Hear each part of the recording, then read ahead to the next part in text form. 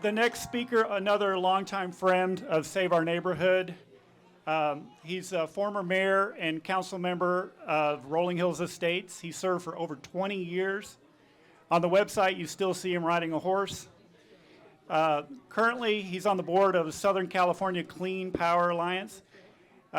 Give it up for Steve Zuckerman.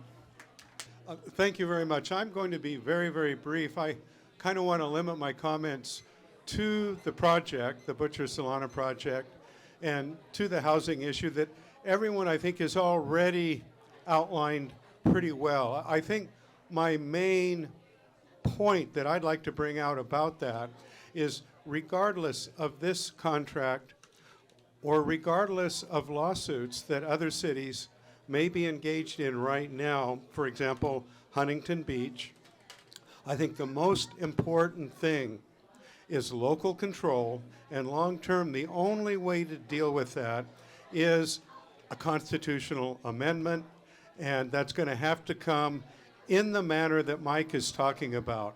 Mike has been working at this now for a couple years and has really done a lot of heavy lifting, and it's come down to money.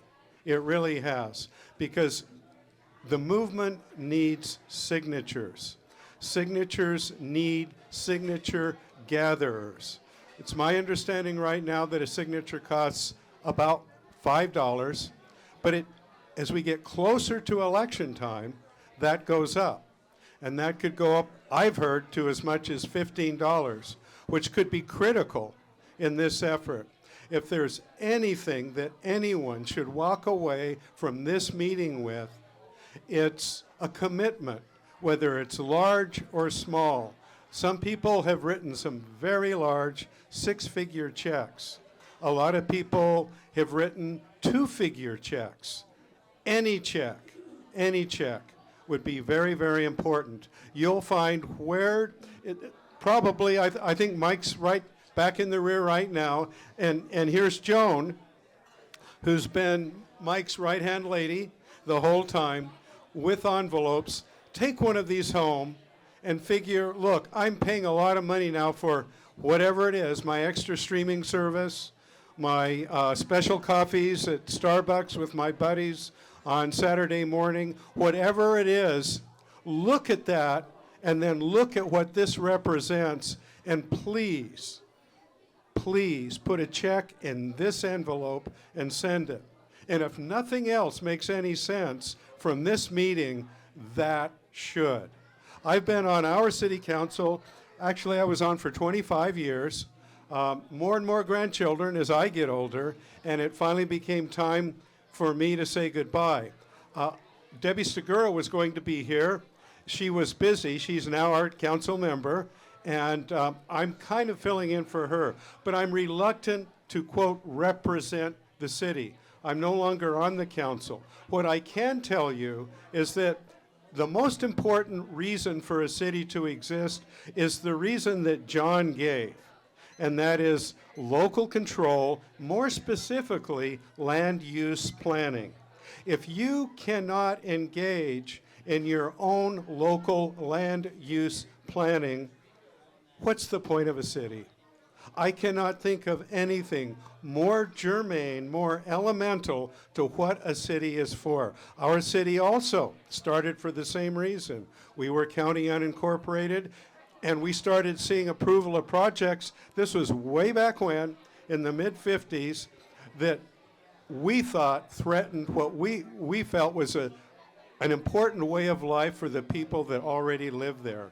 We incorporated, and until the most recent few years, we've had good luck planning our city's land use. We can't do it anymore. Our hands are tied.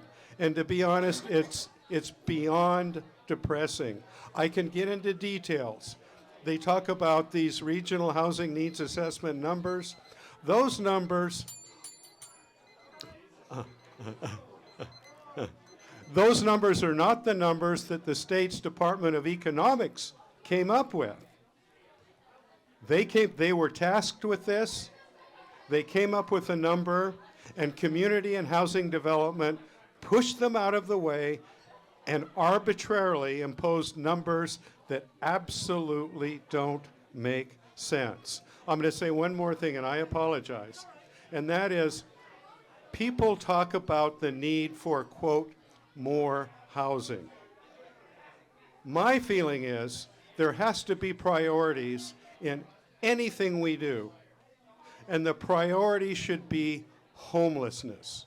If we can't start to deal meaningfully with homelessness, we have no right building housing for middle and upper income people and not even thinking about how does this help with the homelessness issue.